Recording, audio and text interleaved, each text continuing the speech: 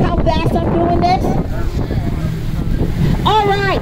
This next award gives me such great pride to present, because this is a very diverse community that we have here in Central Brooklyn. And when I talk about all partners stepping in to ensure that the residents of the 43rd Assembly District have their needs met, I'm saying all partners.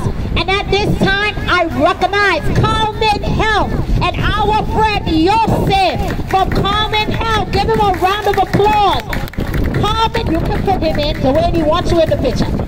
Let me tell you what Kamin Health has delivered. When there was no testing in our community, Kamin Health rose to the occasion.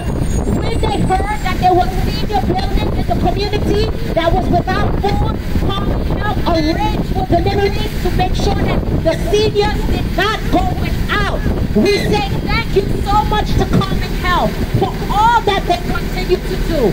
Not just having testing on Kingston Avenue and Lafayette, but making home. Wait, fix it, Jesus. Fix it, Jesus.